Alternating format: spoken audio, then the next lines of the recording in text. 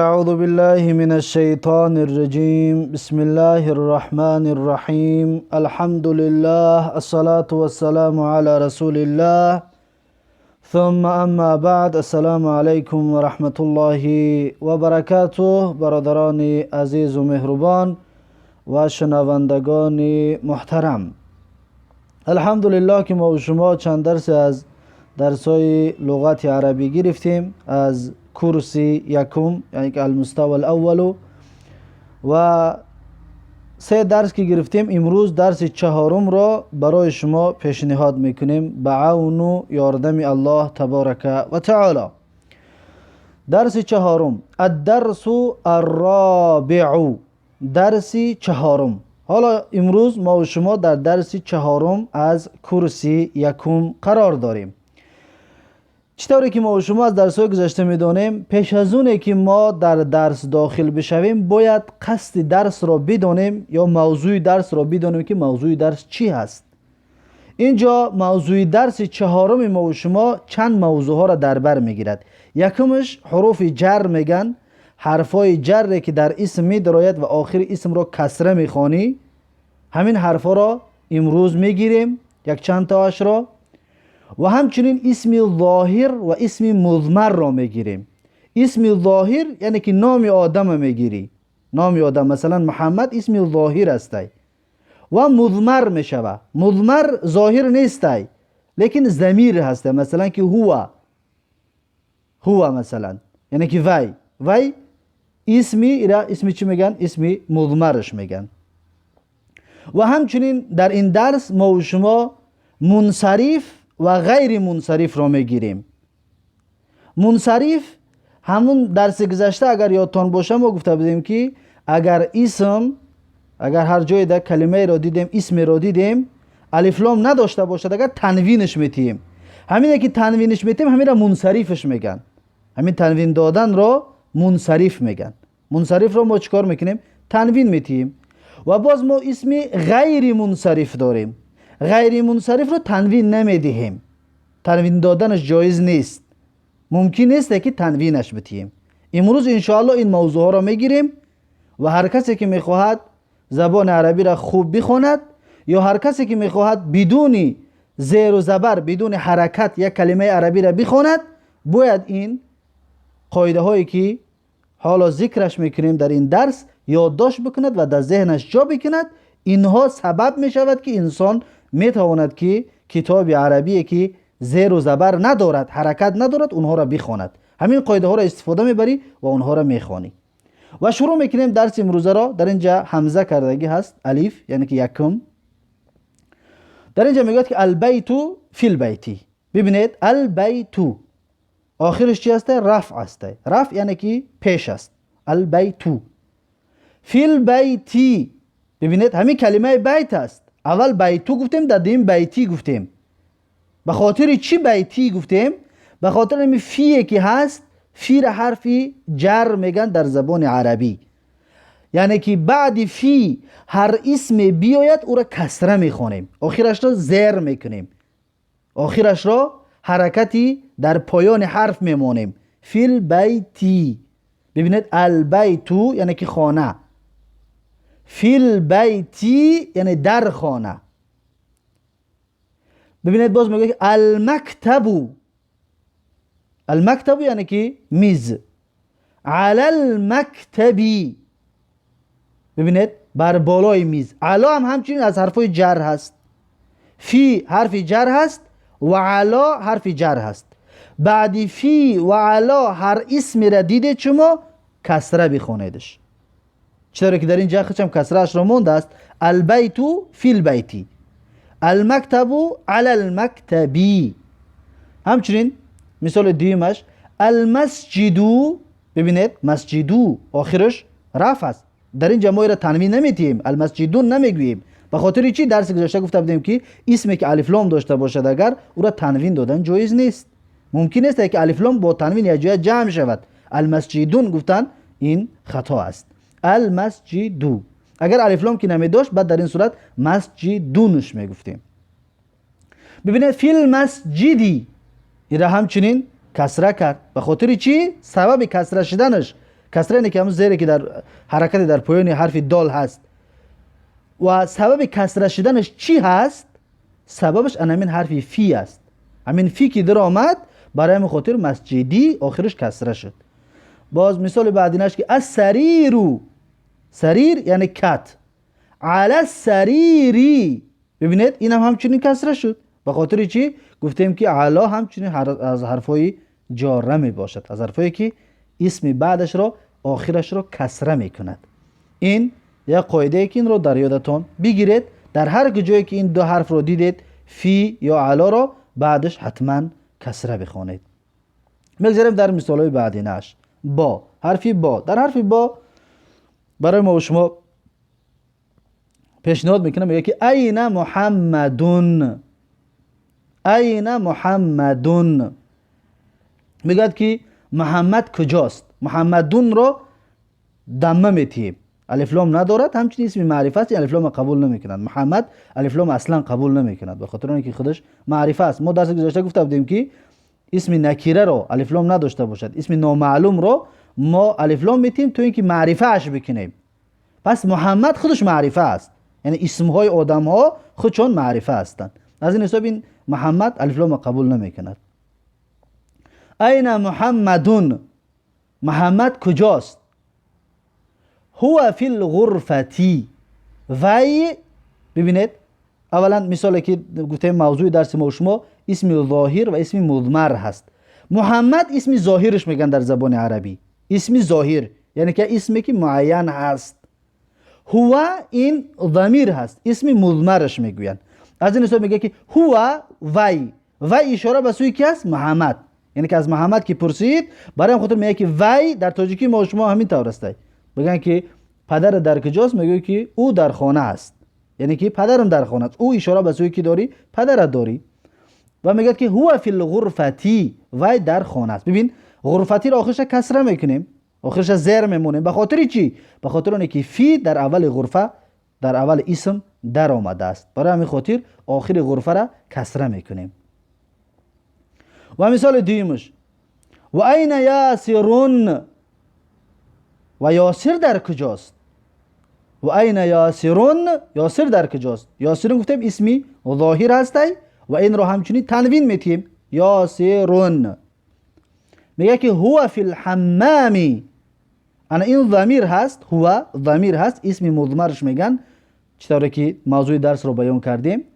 فی الحمامی، در حمام هست. ببینید حمامی را آخرش کسره دارد. به خاطر چی؟ به خاطر آنه که فی در اولش هست، حرف جاره در آمده است و حمامی را آخرش کسره کردگی است. فی الحمامی، حمامی را اگر ما همین تشدیدش رو بگیریم حمامی بگیم، اگر حمام کفتر میگن، حمام کفتر میشود. حمام شد اگر حمام میشود، بنیه میشود.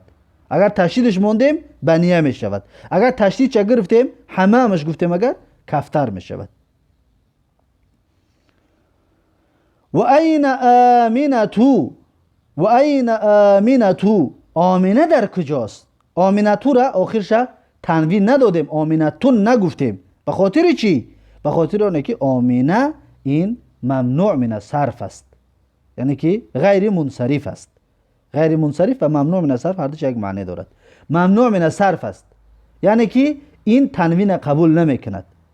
آمنتو این تنوین قبول نمی کند، ایرا ممنوع من الصرفش میگن. لیکن یاسر و محمد که در بالا خواندیم اینها تنوین قبول میکنند، اینها را اسم منصرفش میگن، اینها را اسمی منصرف میگن. برای هم خاطر محمدون میگیم، یاسرون میگیم. لیکن آمنتو تنوین قبول نمیکند، برای همین خاطر آمنتو میگیم. آمنتون گفتن خطا و غلط میباشد.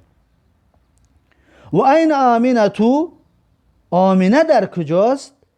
هی فی المطبخی، هی فی المطبخی، وی در مطبخ است. یعنی که آمنه در مطبخ است. مطبخ یعنی که آشخانه، مطبخ آشخانه. آمنه در آشخانه است. مطبخی را آخرش کسره شد. به خاطر چی؟ به خاطر اینکه فی در اولش داخل شد. و بعدینش میگه که این الکتاب، کتاب در کجاست. کتابو را آخرش تنوین ندادیم، کتابون نگفتیم، الکتابون نگفتیم. برای چی؟ درس گذشته گفته بودیم که اسمی که الف لام بدراید اگر دیگر او را ما تنوین نمیتیم. الکتابو، این الکتابو، کتاب در کجاست؟ هو علی المکتبی، یعنی که کتاب بر بالای میز است. مکتبی را آخرش کسره کردیم به خاطر اینکه علا حرف جر در اینجا داخل شد. و بعد از این میارد میگوید که و این الساعت، و ساعت در کجاست؟ یک از بگوید که ساعتو را به خاطر چی تنوین ندادی؟ میگیم که در اولش الف لام دارد. الف لام که داشته باشد اسم، تنوین دادنش دیگر جایز نیست. و این الساعت، ساعت کجاست؟ هی علی السریری، یعنی که وی، یعنی که ساعت علی السریری بر بالای کت است. سریری را آخرش کسره کردیم به خاطر اینکه علا حرف جار هست در این داخل شد. در اینجا در زیر این صورت رو ببینید، در پایینش که المطبخ، مطبخ کردگی خطا است. المطبخ، مطبخ یعنی که آشخانه. اینجا همچنین صورت چم هست که یعنی که دروی آشخانه هست یا جای طعام پزی. المطبخ آشخانه را میگویند. و در اینجا بعد تمرین ها را برای ما و شما میارد. تمارینو، تمارین جمع تمرین، یعنی تمرین ها. در تمرین ها ما و شما را در اینجا یکی میگوید که اجیب عن الاسئله الاتیه، یعنی که جواب بگو تو. اجیب فعل امر هست. جواب بگو تو ای خواننده، ای طالب، عن الاسئله الاتیه، از سوال های می آمدگی. اسئله جمع سوال است، یعنی سوال های آتیه می آمدگی. یکی میگوید که این الکتابو، این الکتابو، یعنی که کتاب کجاست؟ این الکتابو، کتاب کجاست؟ چطوری که گفتیم که کتابو را تنوین نمیتیم. الکتابو، الکتابون گفتن خطا هست. این محمدون، محمد کجاست؟ این محمدون، محمد کجاست؟ در رقم 3 میگوید که این الساعت، ساعت کجاست؟ این الساعت، ساعت کجاست؟ در رقم 4 میگوید که این یاسرون، یاسر در کجاست؟ این یاسرون، یاسر در کجاست؟ در رقم 5 میگوید که این آمنتو، این آمنتو، آمنه در کجاست؟ آمنتو رو گفتیم ممنوع من الصرف، تنوین دادنش جایز نیست. آمنتو، آمنتون کسی بگوید خطا و غلط است. این آمنتو، آمنه در کجاست؟ در رقم 6 میگوید که آمنتو فی الغرفتی، آمنتو فی الغرفتی، حرف استفهامش میگویند، یعنی که به مثل حل است، یعنی که آیا. یا آمنتو، آیا آمنه فی الغرفتی در اتاق است، در خانه است.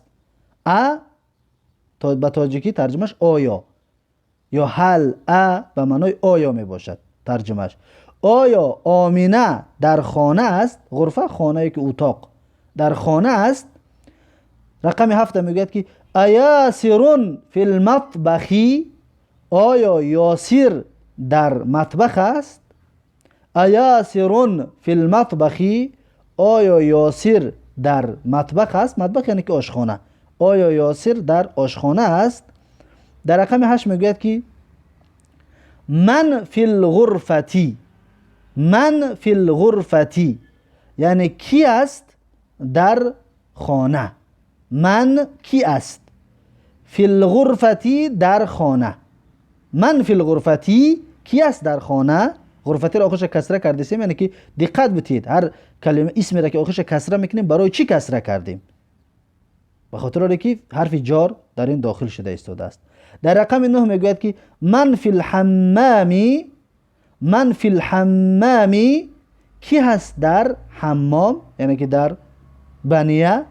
من فی الحمامی، کی هست در بنیه. در رقم 15 میگوید که ماذا علی المکتبی، ماذا علی المکتبی، یعنی چی است بر بالای میز. ماذا یعنی چی است. من کی است.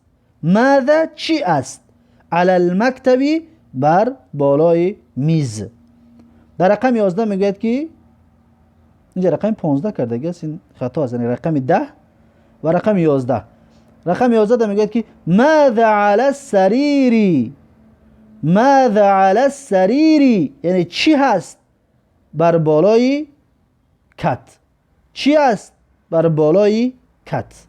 و این بود 11 مثال. اینجا سوال ها را اصلا آوردگی هست، در اینجا نقطه گذاشتگی است به خاطر نوشتنش، یعنی این الکتابو، کتاب در کجاست، باید شما جواب بدید که هی علی المکتبی، یعنی که همون کتاب بر بالای میز است، یا هی فی الحقیبتی، یعنی که همین کتاب در چمدان من هست، در سونکه من هست. و همچنین در رقم 2 این محمدون، محمد در کجاست، میتونه بگه که فی البیتی، یعنی که هو فی البیت، و در خانه است، یا که هو فی المدرسه، و در مدرسه است. خلاصه این سوال هایی که 11 تا است در اینجا نقطه گذاری کرده است برای جوابش شما باید بنویسید. و کتابش رو که نداره، کتابش در دفتر شما خودتون سوال ها را بنویسید، بعدش به خودتون جواب ها را بنویسید به خاطر یاد گرفتن. و در رقم 2 چی میگوید؟ در رقم 2 میگوید که اقرأ واکتب مع ضبط اواخر الکلمات. اقرأ یعنی که بخوان، واکتب بنویس، مع ضبط اواخر الکلمات همراه حرکت گذاشتن آخر کلمه ها. آخر کلمه ها را درست بگو، میگه ساکنش نکه، یعنی که درست بگو. در اینجا مثال ها میاره، میگه که المدرسه تو، المدرسه تو، یعنی که نمیشه بگی المدرسه، یعنی ساکن نکه، میگه بگو کو حرکتش چی میگویی، تنوین میتی یا که نمیتی. المدرسه تو، اگر بگم به خاطر چی مدرسه تو میگم، به خاطر میگم در اینجا الف لام دارد این اسم، الف لام که دارد از این حساب این تنوین قبول نمیکند. المدرسه تو. و دیوم مثال فی المدرسه، فی المدرسه، در مدرسه. به خاطر چی مدرسه تی گفتیم؟ به خاطر آنه که فی حرف جاره هست، اسم بعدینش را آخرش کسره میکند، زیر میکند، و برای همین خاطر فی المدرسه تی میگیم. فی المدرسه تو بگوی غلط است، فی المدرسه تام بگوی غلط است، باید بگوی که فی المدرسه تی. فی البیتی، در خانه. البیتو، خانه. البیتو که یگان عامل در اولش داخل شدگی نیسته، یعنی که حرف جر در اولش نیومده است، برای خاطر نمیتونیم بگیم که البیتی، به خاطر اونه که یگان علامت یا که یگان عمل کننده نیسته که ما را مجبور کنه که تو باید این البیتی بگویی، برای خاطر البیتوش میگوییم. الغرفتو، همچنین آخرش را رفع میخونیم، مرفوعش میخونیم. الحمام. فی المطبخی، مطبخی را به خاطر چی کسره کردیم؟ به خاطر حرف جاره، یعنی که فی. المکتب، علی المکتبی، علی الکرسی. السریر، علی الکتابی، فی المسجد. و اینها را سبباشون شما خودتون بگویید، یعنی که هر کدامش که میگویید المدرسه تو، به خاطر چی مدرسه توش گفتی؟ فی المدرسه تی، به خاطر چی مدرسه تی گفتی؟ خلاصه همین چیزا شما خودتون قاعده را بسیار تکرار کنید تا اینکه در یادتون ماند. و در هر جایی که دیگر دیدی که یک کلمه را در اولش فی هسته، بعدش اسم اومدگی که هسته، بعدش اسم میآید، او را مجبور هستی کسره بکنی آخرش. دیگه برای خاطر همین قاعده های هسته که شما حرفای عربی را بدون حرکتش را بدون زیر زبر را خوانده میتونید. همین قاعده را که یاد که گرفتید، پس شما میتونید که عربی را بدون زیر و زبر بدون حرکتش را بخوانید. و بعد میگوید که اقرأ واکتب، بخوان و بنویس. اقرأ واکتب، بخوان و بنویس. اینجا در اکنون جای خواندن هست. میگوید که ببینید حرکت ندارد، اکنون شما خودتون دیگر کوشش کنید برای خواندن همین طور حرفای بی حرکت. مثلا الطالبو، به خاطر چی طالبوش گفتیم؟ به خاطر اینکه مبتدا هست و مبتدا مرفوع می باشد و اسم در اول است، یگان عامل در اولش نیست که را ما طالبش بگیم یا طالبیش بگیم. برای همین خاطر الطالبو. فی الجامعتی، فی حرف جاره، الجامعتی اسم مجرور، اسم مجرورش میگه آخرش کسره میگوییم. فی الجامعتی، الطالب فی الجامعتی، این هم مبتدا و خبر شید. درس گذشته مبتدا و خبر رو چند مثال آورده بودیم، یعنی که مثالی که آوردگی بود گفتیم که اینا مبتدا و خبر هستند. پس در همین جا هم الطالبو مبتدا شد، فی الجامعتی جار و مجرور اینها خبر شد، جار و مجرور خبر شد. در اونجا یک اسم و یک کلمه دیگر خبر می اومد، یعنی مبتدا مفرد بود یک کلمه بود و خبر هم همچنین مفرد می اومد یک کلمه می اومد. در اینجا ببینید مبتدا یک کلمه است، الطالبو یک تا، فی الجامعتی فی حرف جاره، جامعتی اسم مجرور، دو کلمه بعد یک بگیم خبر شده ایستاده است. این ان شاء الله در آینده ها یا گراماتیک زبان عربی را که خونده پس میگیم که جامعتی جار و مجرور هست و این را شبه جمله میگویند، خبر شبه جمله است. و در رقم 2 میگوید که الرجل فی المسجد، الرجل فی المسجد یعنی که مرد در مسجد است. الرجل فی المسجد، مرد در مسجد است. الرجل مبتدا، فی المسجدی همچنین جار و مجرور خبر شد. در رقم 3 میگوید که این التاجر، این التاجر یعنی که تاجر کجاست. این التاجر، تاجر کجاست. هو فی الدکان، وی یعنی که همین تاجر، فی الدکان در دکان است. این التاجر در اینجا این ظرف است، خبرش میگن مقدم، التاجر مبتدا مؤخر هست. این مبتدا یعنی که بعد خبر اومده است. اول این هست یعنی خبر و تاجر مبتدا بعدی خبر اومده است. در طالب باشد طالب خودش مبتدا است و فی الجامعتی خبر شده است. در این تاجر در اینجا برعکس است، یعنی این خبر است، ظرف است، رنگ بالا برای شبه جمله خبر شدگی هست، خبر مقدمش میگن. التاجر اینجا ده مبتدا است لیکن بعدی خبر اومده است را مبتدا مؤخرش میگن. این تاجر یعنی که تاجر در کجاست. هو فی الدکان، وی در دکان است. هو همچنین مبتدا میشه، فی الدکان جار و مجرور خبر میشود. هو فی الدکان یعنی که وی در دکان است. چطور که گفتم درس گذشته که مبتدا و خبر در همه وقت در آخرش کلمه است قشت میکنید. کلمه است خودتون میارید. مثلا که این تاجر، تاجر در کجا است. هو فی الدکان، وی در دکان است. است خودتون میارید. به خاطر اینکه اینها چی هستند؟ مبتدا و خبر هستند. رقم 14 میگه که القلم علی المکتب، القلم علی المکتب یعنی که قلم بر بالای میز است. القلم یعنی که قلم مبتدا، علی المکتب جار و مجرور خبر یعنی که قلم بر بالای میز است. مکتبی را خوش کسره میکنیم به خاطر اینکه علی حرف جاره در اسم مکتب داخل شدگی است، این در اولش آمدگی هست. و در رقم 5 میگوید که این زینبو، این زینبو زینب در کجاست.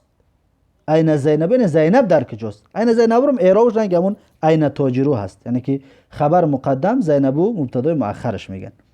هی فی الغرفی باید غرفتی باشد، اینجا غرفی کردگی است، غرفی خطا می باشد. غرفی جمع غرفه است، یعنی که غرف جمع می شود.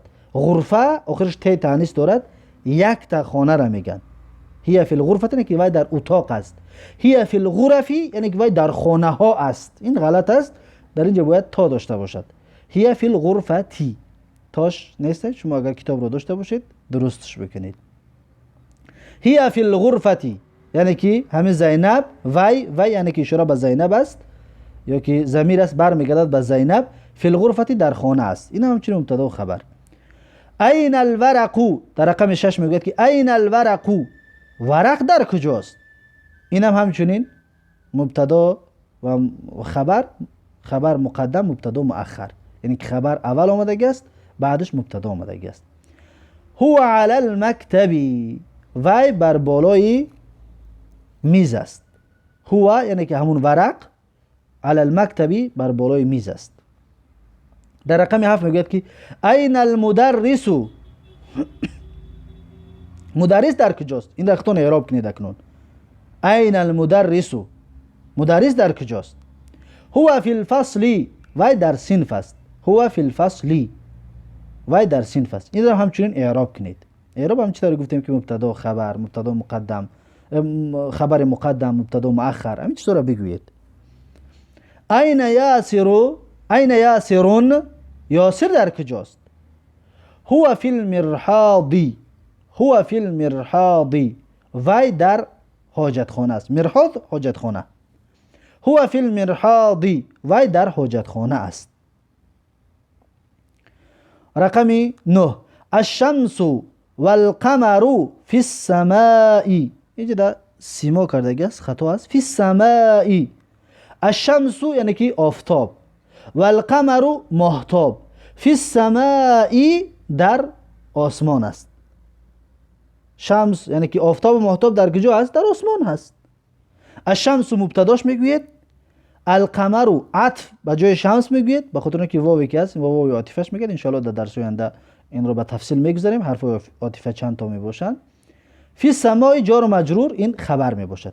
الشمس مبتدا است، قمر این عطف است، فی السماء این خبر هست. یعنی که شمس مبتدا است، قمرش فی السماء، شمس مبتدا هست و خبرش فی السماء هست، یعنی که آفتاب در آسمان هست. القمر همچنین میشه بگیم مبتدا و فی السماء خبرش، لیکن جدا واو که است برام خاطر عطفش میکنیم. و دهم در رقم 10 میگوید که من فی الفصل کیست در صنف. من فی الفصل کیست در صنف. این من را من استفهامیه میگویند و من خودش مبتدا شدگی هست، در محل رفعش مبتداش میگن، فی الفصل خبرش میشود.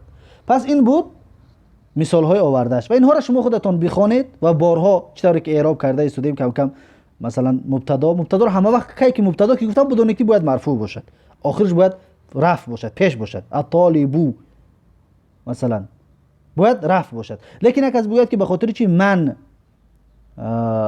مبتداش گفتیم و منوش نگفتیم، به خاطر اینکه میگیم این مبنی هست. مبنیات ان شاء الله بود در آینده با میخونیم. یک عینه، عینه به خاطر چی عینوش نگفتیم؟ مبتدا خبر هست، عینوش نگفتیم به خاطر اینکه این ظرف است. اینها را در آینده همچنین مبنی است، مبنی بر فتح است و همچنین ظرف است و در آینده ان شاء الله اینها را خواهیم خواند. و این را بسیارتر اعراب کنید تا اینکه این سخن ها در یادتان بماند. میگذاریم به قسم بعدینش، الف. در الف میگوید که در اینجا اکنون همون چیزی که گفتیم که منصرف و غیر منصرف همونها را میارد. منصرف و غیر منصرف. منصرف گفتیم تنوین قبول میکند و غیر منصرف تنوین قبول نمیکند و اینا در یادتون خوب داشته باشید. مثلا که از محمد شروع میکنیم، محمدون منصرف است به خاطر اینکه تنوین قبول میکند. محمدون. آمینتو غیر منصرف است، تنوین قبول نمیکند. آمینتون گفتن جایز نیست. آمینتو. خالدون. خالدون چی است؟ منصرف است، تنوین قبول میکند. بعد در روپروش زینبو، زینب قبول نمیکند. زینب قبول نمیکند تنوین را، ایرا غیر منصرفش میگن. حامدون. حامدون منصرف است، تنوین قبول میکند. فاطمه تو، فاطمه قبول نمیکند، غیر منصرف است. یاسرون تنوین قبول میکند، یاسرون. مریمو. مریمو تنوین قبول نمیکند، مریمو. مریمون گفتن جایز نیست. عمارون. عمارون منصرف است. عائشة غیر منصرف است، تنوین قبول نمیکند. سعیدون منصرف است. خدیجة غیر منصرف است. یعنی که این اصطلاح را در یادتون بگیرید. وقتی که منصرف که گفتیم یعنی تنوین قبول میکند، غیر منصرف که گفتیم تنوین قبول نمیکند. دیگر شرط نیست که هر دو تنوین تکرار کنیم. علی منصرف است. صفیه این غیر، صفیه غیر منصرف است، صفیه غیر منصرف می باشد. عباس این منصرف است.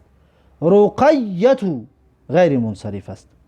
و اینها بود یعنی که اسم هایی که منصرف و غیر منصرف هستند. منصرف گفتیم تنوین قبول میکند، غیر منصرف تنوین قبول نمیکند و اینها بعد غیر منصرف با 9 علت می شود. 9 علت است، 9 سبب است که اسم غیر منصرف می شود. اینها را ان شاء الله در درس آینده هر یک علتش می خونیم. آمینه به خاطر چی قبول نکرد؟ به خاطر اینکه ت دارد، در آخرش ت هست، علم هست، یعنی که دو علامت منع بودن تنوین هست، یکمش علم هست یعنی که اسم زن هست، علم هست یعنی که اسم است. دوم ت آخرش دارد. در هر جایی که اسم زنانه که در آخرش ت داشته باشد اگر دیدید اون چرا تنوین قبول نمیکند. هر جایی که دیدید. نه که زینب اصلا یگان علامتی تانیث ندارد، یعنی که ت ندارد. به خاطر چی قبول نکرد؟ این به خاطر اینه که اینا معنی معنوی میگویند و از سه حرف بالا است. از سه حرف بالا باشد همچنین علم و معنی معنوی قبول نمیکند. فاطمه تو همچنین آخرش ت دارد. مریم از 4 حرف زیاد است. عایشه تو آخرش ت دارد. خدیجه تو آخرش ت دارد. صفیه تو آخرش ت دارد. رقیه تو آخرش ت دارد. پس این را اکنون دیگر در یادتون باید بگیرید و هر جایی که علم رو دیدید، اسم زنانه رو دیدید که آخرش ت دارد، اون قبول نمیکند. اون کسره را قبول نمیکند، تنوین قبول نمیکند. همچنین کسره را هم قبول نمیکند. یا فایده دیگر همچنین کسره را قبول نمیکند. هیچ جا صفیتی یا که رقیتی نمیشود. اگر حرف جاره که گفتیم فی یا که علا، اگر فی و علا هم در همین کلمه غیر منصرف در بدروید، اگر این را آخرش کسره کرده نمیتواند. این را حالی بعد انشاءالله سببش بیان میکنیم یا شرطش بیان میکنیم. بعدش میگه که اقرا واکتب مع ضبط اواخر الکلمات، بخوان و بنویس همراهی حرکت گذاری آخر کلمه ها. آخر کلمه ها را اکنون دقت بده بخوان. میگم مثلا حامد، زینب، آمنة، عمار، سعید، فاطمة، مریم، علی، خالد، عباس، عایشه، محمد، صفیه، خدیجه. پس اینها را به خاطر چی حامدون گفتی، به خاطر چی زینبو گفتی، اینها را دیگر باید بیان کنی که این منصرف است و این غیر منصرف است و همین چیزها را باید بگویی. و در ب و ب را میارد. در ب برای ما و شما باز بیان میکند. میگوید که البیت من البیتی، البیت خانه، من البیتی از خانه. من حرف جاره است. چطور گفتیم که فی حرف جاره هست، علا حرف جاره هست، من همچنین حرف جاره هست. البیت من البیتی، بیت خانه، من البیتی از خانه. بیتی آخرش کسره میکنه. من که در آمد بیتی را آخرش کسره میده. همین کلمه من در هر اسمی که در آمد آخرش باید کسره بکنید. اگر که غیر منصرف باشد این موضوعش دیگر است. در منصرف ده که در آمد باید آخرش چیکار کنید؟ کسره بکنید. المسجد الی المسجدی، المسجد ببینید آخرش رفع است، الی المسجدی آخرش کسر است، به خاطر که الی هم حرف جاره هست. پس ما و شما تا اینجا 4 تا حرف جاره را خوندیم. یکمش علا بود، دومش فی، سومش من، چهارمش الی. ان همین 4 حرف رو در اول کدام اسم دیدید شما ناترسیده اسمی اگر منصرف باشد آخرش را کسره بتید، آخرش را کسره بتید. پس حاضری برای ما شما مثال ها میارد انشالله باز واضح تر می شود. المدرسو، المدرسو، مدرسون نمیگیم به خاطر الف لام دارد. المدرسو من این انت، یعنی مدرس سوال کرده ایستاده است. من این انت، از کجا هستی تو؟ من این انت، از کجا هستی تو؟ من حرف جاره، این اسم مجرورش میگیم، لیکن گفتیم که مبنیات است. مبنیات انشالله اسم های مبنی با داریم که اون تغییر نمیاد، در همه صورت یک حالت دمی ایستد. این مبنی است برای خاطر عینی نشید. اگر همینجا همین یک معرب میشید، کلمه معرب می بود، معرب یعنی تغییر یابنده می بود، اگر همین عینه جاش اگر یک اسم دیگر مثلا من مدرسه اگر در جای همین بمونیم من المدرستی میگویی، من المدرستی. لیکن عینه که مبنی که است برای خاطر در همه صورت عینه میماند. من این انت، از کجا هستی تو؟ من این جار و مجرور، خبر مقدمش میگیم، انت مبتدا مؤخر میشود. همین چیزها را مبتدا و خبر و این چیزها را در یادتون خوب داشته باشید، زیرا که این در فهمیدن زبان عربی فایده زیادتون دارد. هیچ محل خبر به مبتدا نمیشود و مبتدا به خبر نمیشود. و مبتدا و خبر باید جمله مفید باشد، یعنی فایده ناک باشد. انسان وقتی که میشنود در فایده بگیرد، یعنی که قصد بفهمد چی است. من این انت، یعنی تو از کجا هستی، تو از کجا هستی. است همه وقت در آخر مبتدا و خبر می آید. و محمدون، محمدون تنوین میتیم به خاطر اونه که الف لام ندارد و علم هست خودش. انا من الیابانی، انا من الیابان. محمد مدرس اول سوالش کرد که از کجا هستی تو؟ محمد جواب میده میگه که انا من الیابان، من از ژاپنی هستم. من میگه از ژاپنی هستم. انا مبتدا میشه، من الیابان همچنین خبر میشه، جار و مجرور خبر میشه. انا من الیابان یعنی که من از ژاپنی هستم. المدرس با مدرس سوال دیگر میکند و من این عمار، و از کجا است عمار؟ و عمار از کجا است؟ و من این عمار یعنی که عمار از کجا است؟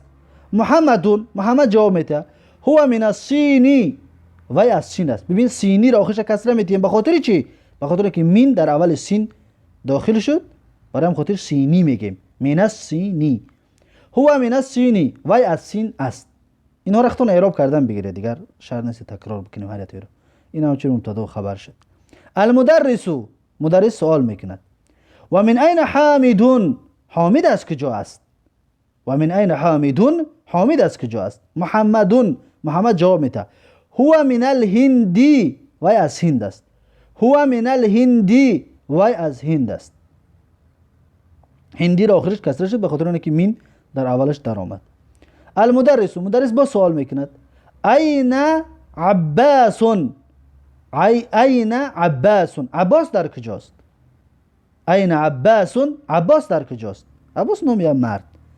محمد جواب میده میگه خرج این فعل است، یعنی که برآمد. خرج برآمد، یعنی که فعل باید فاعل داشته باشد. فاعل این محذوف است، ضمیر است، یعنی خرج هو، برآمد وی.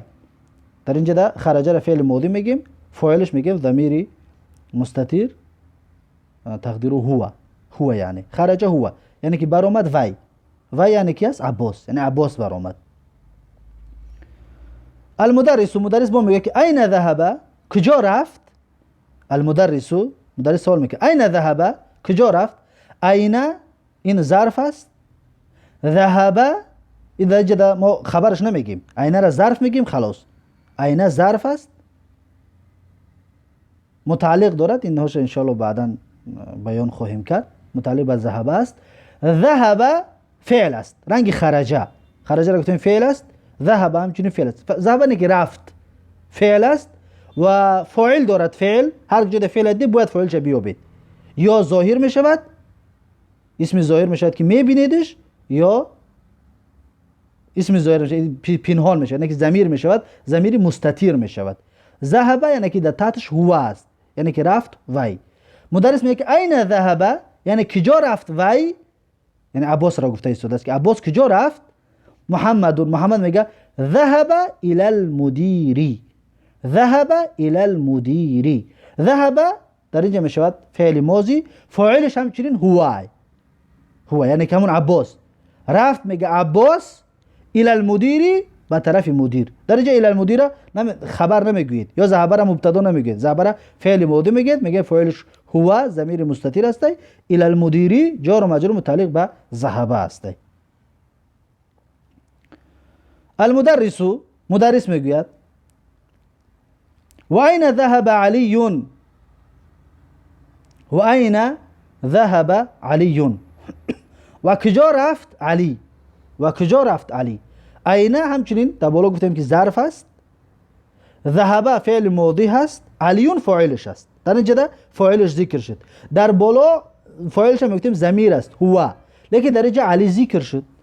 این ذهب علیون، ذهب فعل ماضی، علیون فاعل همه وقت مرفوع می شود، علیون. و این ذهب علیون، و کجا رفت علی. محمد میگه ذهب الى المرحاض، ذهب الى المرحاض، رفت به طرف حاجت خانه. ذهب فعل ماضی، فاعلش هو یعنی که علی، رفت علی الى المرحاض، حاجت خانه، یعنی حاجت خانه رفت. مرحاضی را خوش کسره کردیم به خاطر اینکه در اولش الا حرف جار داخل شدگی است. در اینجا در صورت آورده است، در پایانش آورده است که المرحاض یعنی که حاجت خانه، صورت حاجت خانه است. در پایانش نوشته است که المرحاض یعنی که حاجت خانه. مرحاض گفته حاجت خانه را میگویند. تمارین، اکنون تمرین ها آمد، یعنی مشق ها. اجب عن الاسئله الاتیه، جواب بگو از سوال های می اومدگی. سوال ها را که در پایان میارد اینها را یک تا یک تا بخون میگید و جواب بگو. یکم من این انت؟ من این انت؟ از کجا هستی تو؟ من این انت؟ از کجا هستی تو؟ اعرابش ده میگه من این جار و مجرور، خبر مقدم، انت مبتدا مؤخر. من این انت؟ از کجا هستی تو؟ در اینجا بعد مینویسی که تو از کجا هستی. مثلا ما و شما تاجیک هستیم، در اینجا مینویسیم که انا من تاجیکستان، انا من تاجیکستان. در رقم دو میگه که انت من الفیلیپین؟ آیا تو از فیلیپین هستی؟ انت من الفیلیپین؟ آیا تو از فیلیپین هستی؟ حرف استفهام است و انت مبتدا است، من الفیلیپین خبرش است. انت من الفیلیپین؟ آیا تو از فیلیپین هستی؟ در اینجا مینویسی که لا، یعنی که انا من تاجیکستان، من از فیلیپین هستم، من از تاجیکستان هستم. در رقم سه میگوید که من من الصینی، من من الصینی. من ببینید من مین هر یک نمود نوشتگی است، فقط حرکت ها برای ما فرق گذاری میکند. من در بالای میم حرکتی زبر را میمونه، فتحه میمونیم. مین در پایان مین کسره میمونیم. من کشید کیست، مین شد از. نوشتنش یک است، فقط حرکتش فرق کرده ایستاده است. من من الصین یعنی کیست از سین، کیست از سین یعنی از سین یعنی خطای. کی است از خطای؟ در اینجا خیلی مینویسی که جنجوه بنجوه یگون خطای را مینویسی. یا مثلا مینویسی که محمد از خطای است، یا مثلا عبدالله از خطای است. خلاصه یک کسی مینویسی. در رقم 4 میگوید که من این حامدون، من این حامدون؟ از کجاست حامد؟ من این حامدون یعنی از کجاست حامد؟ اینجا من نمیگوید، من اینه نه، من اینه، به خاطر اینکه حرف جاره است. من این حامدون یعنی از کجاست حامد؟ در جوابش مینویسید که مثلا من ازبکستان یا قرقیزستان یا قزاقستان، که چیزی که در درس خواندیم همونها را هم بنویسید میشود. در بالا خواندیم شه همونها را. من این مبتدا مقدم، حامدون خبر. خطون اعرابش بکنید اینها را بسیار. پنجم این ذهب عباس، این ذهب عباس؟ کجا رفت عباس؟ این گفتیم ظرف است. ذهب، ذهب این فعل ماضی است، عباسون فاعلش است. فعل فاعل هر دوش ذکر شد. ذهب عباسون، فاعل همه وقت آخرش زم میگیرد، آخرش مرفوع میباشد، یعنی که عباسون. این ذهب عباسون؟ کجا رفت عباس؟ در اینجا مینویسی که مثلا پیش مدیر رفت، یا که درس رفت، یا که مدرسه رفت، یا اون چیز. در رقم 6 میگوید که اذهب علی الى المدیر؟ اذهب، حرف استفهام در بالا گفتیم که آیا. اذهب علی الى المدیر؟ آیا رفت علی الى المدیر یعنی نزد مدیر، پیش مدیر. ذهب، حرف استفهام، ذهب فعل ماضی، علی فاعلش، الى المدیر جار و مجرور متعلق به ذهب. اذهب الى المدیر؟ اذهب علی الى المدیر؟ آیا رفت علی به نزد مدیر؟ در اینجا مینویسید که نه، علی نرفته بود بلکه عباس رفته بود، یا که کسی که رفته باشد. و این بود 6 سوالش. بعد اینه میگه که اقرأ واکتب مع ضبط اواخر الکلماتی، بخوان و بنویس همراهی حرکت گذاری آخر کلمه ها. آخر کلمه ها را اکنون حرکت چه خودت بگذار میگه. مثلا الغرفه، آخرش تو میخونیم. من الغرفتی، آخرش تی میخونیم به خاطر حرف مین. من الحمامی، آخرش می میخونیم. المرحاض، الى المرحاض. اليابان، الفلبین. من الهندی الى الصینی. خلاصه اینها را به خاطر چی رفع خواندیم، به خاطر چی کسر خواندیم، اینها را رنگی هم گذاشته باید تکرار کنید. به خاطر چی گفتید خودتون رو سوال بکنید. به خاطر چی طریق خواندی، به خاطر چی اون طریق خواندی، خودت رو سوال بده. و سیوم اقرأ واکتب، بخوان و بنویس. اقرأ واکتب، بخوان و بنویس. این کلمه‌ای که در پایین میاره میگه هم بخوان و هم بنویس. یکی میگه که من این فاطمه تو؟ از کجاست فاطمه؟ من این فاطمه تو؟ فاطمه از کجاست؟ هی من الهندی، وی از هند است. هی من الهندی، وی از هند است. رقم 2 خرج المدرس من الفصل و ذهب الى المدیر. خرج المدرس فعل فاعل، خرج فعل ماضی، مدرس فاعلش. من الفصل از صنف. و ذهب الى المدیر و رفت به سوی مدیر. و رفت و ذهب فاعلش هو است، یعنی که المدرسو، یعنی که رفت همون مدرس الى المدیری به طرف مدیر. خرج را فاعلش در اینجا مدرسو ظاهر است و ذهب را در اینجا اسمش ضمیر مستتیرش میگن، یعنی که پنهان است در تحت همین ذهب. رفت، کی رفت؟ مدرس رفت. کجا رفت؟ به طرف مدیر رفت، نزد مدیر رفت. رقم 3 ذهب التاجر الى الدکان. ذهب التاجر الى الدکان، یعنی که تاجر به سوی دکان رفت. ذهب فعل ماضی، تاجر فاعلش، الى الدکان به سوی دکان، یعنی دکان، مغازین رفت، مغازه رفت. ذهب التاجر الى الدکان، یعنی که بیزنسمن مغازین رفت. ذهب فعل ماضی، تاجر فاعلش، الى الدکان جار و مجرور متعلق به ذهب.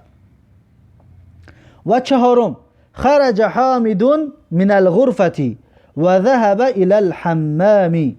خرج حامد، برآمد حامد، من الغرفة از خانه، و ذهب الى الحمام، رفت حامد به طرف حمام. ببینید خرج حامدون فعل فاعل، من الغرفة از خانه. همچنین یک قاعده دیگر در اینجا به سمتون برسونم، ان شاء الله فایده اتون میکند. هر وقت در زبان تاجیکی اگر فعل فاعل کی اومد، اول فاعل ترجمه میگیم بعد فعل رو میگوییم. مثلا که خرج حامد من الغرفة، حامد برآمد، چپنه ترجمهش میکنیم. خرج فعل ماضی است، حامدون فاعل است. فاعل اول ترجمه میکنیم، میگیم که حامد برآمد من الغرفة از خانه. و ذهب الى الحمام، و ذهب فعل است، در تحتش گفتیم ضمیر است هو، یعنی که او. بعد میگیم که وی رفت به حمام، وی رفت حمام، وی رفت حمام. ذهب را فاعلش هو، وی اول میگوییم، بعد ذهب را ترجمه میکنیم، یعنی که وی رفت حمام. این یک فایده دیگر ان شاء الله در ترجمه کردن تون فایده تون میکند. به خاطر اینکه در تاجیکی اگر ترجمه کنه به مثل چپنه بگیم برعکس میشود. خرج حامدون که برآمد حامد، اصلش حامد برآمد. در تاجیکی همین طور درست است. و پنجم میگه که من خرج من الفصل. من خرج من الفصل، کی برآمد از فصل. من خرج من الفصل، کی برآمد از فصل، از صنف. فصل یعنی صنف.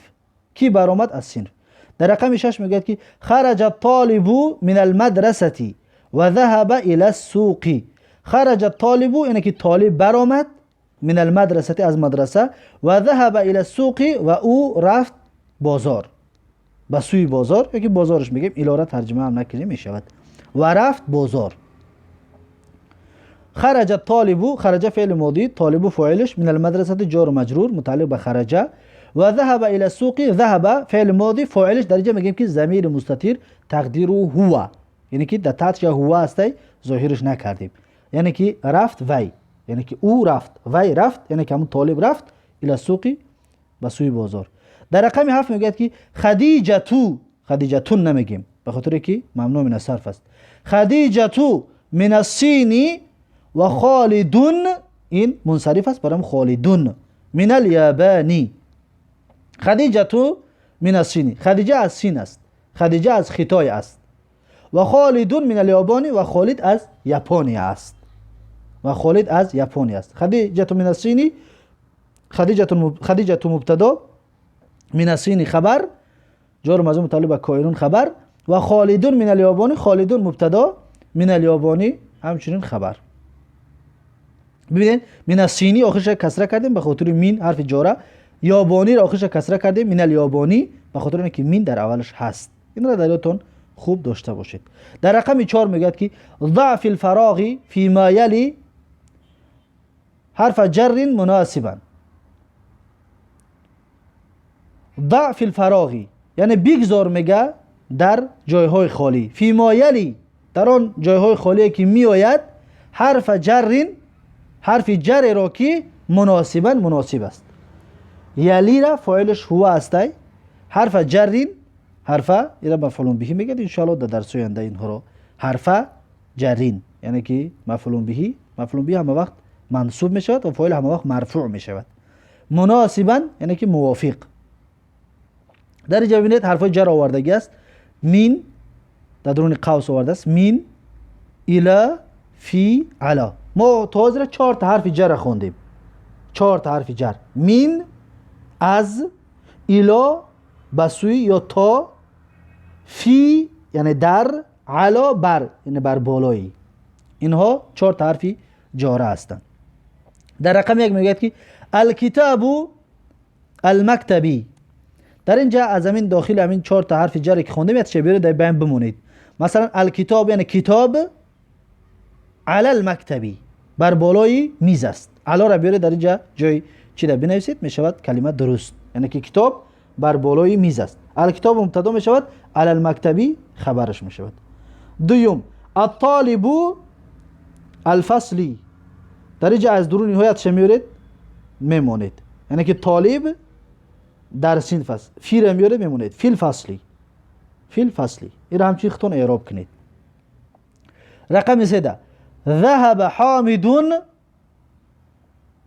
ذهب حامدون الى الجامعه.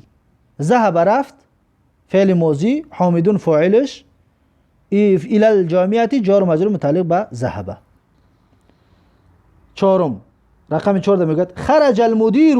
بر آمد مدیر. خرج فعل ماضی، مدیرش فاعلش. من المدرسه. من مدرستين. خرج المدیر یعنی که بر آمد مدیر. من مدرستین. تین ایرا چکار میکنیم؟ زمم کسره تنوینش میتیم. 2 کسرهش میتیم. مدرستین. به خاطر چی؟ به خاطر که الف لام ندارد.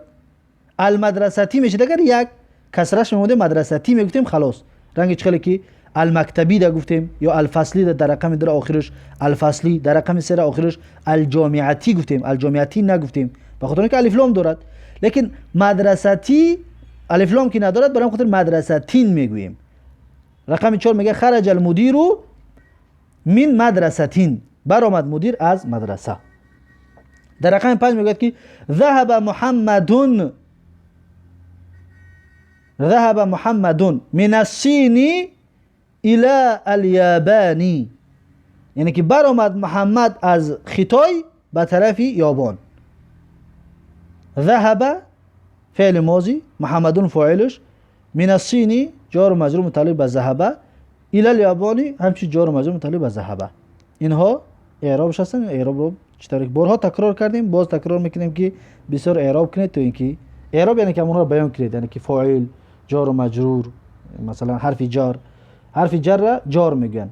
اسمی که بعدش میآید او را مجرور میگن. اسمی مجرور. الکلمات الجدیده. کلمه های نو. کلمه های نو. کلمه های نو در بیان میکنن. میگه که المدرسه مدرسه یا مکتب. الفصل فصل یعنی صنف. الحمام حمام یعنی بنیه. المرحاض یعنی حاجت خانه. المطبخ آشخانه.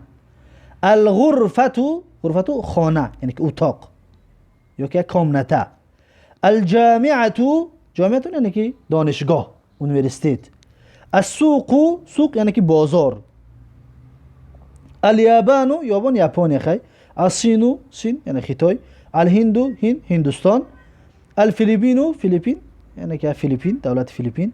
المدیر مدیر یعنی که ما شما مدیرش میگیم، مدیر مکتب، رئیس. ذهب رفت فعل ماضی یعنی فعلی که در زمان گذشته واقع شده. ذهب رفت. کی رفت؟ در زمان گذشته. پیش از گفتن من اون رفت. ذهب. و خرج برآمد همچنین فعل ماضی است. خرج برآمد.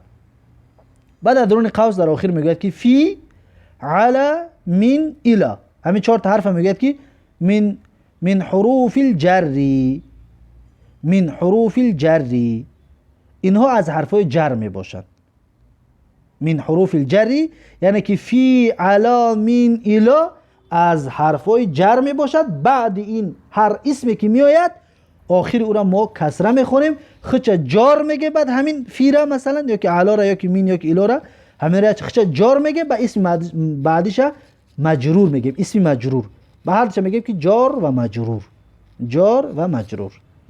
و این بود درس امروزه ما و شما و انشاءالله این قاعده ها را در یادتان گرفته باشید و درس هرچند که کوشش کردیم که کوتاه شود اما نشد و طولانی هم که شد. اگر که در حقیقت که میخواهید زبان عربی بیاموزید پس مجبور هستید که وقتتان را صرف کنید و این را گوش بکنید و قاعده هاش بنویسید و عربی را انشاءالله یاد خواهید گرفت. و این بود درس امروزه و درس چهارم و درس چهارم را در اینجا به پایان میرسونیم و یک و یک شما را تا درس آینده به الله تبارک و تعالی میسپارم و السلام علیکم و رحمت الله و برکاته.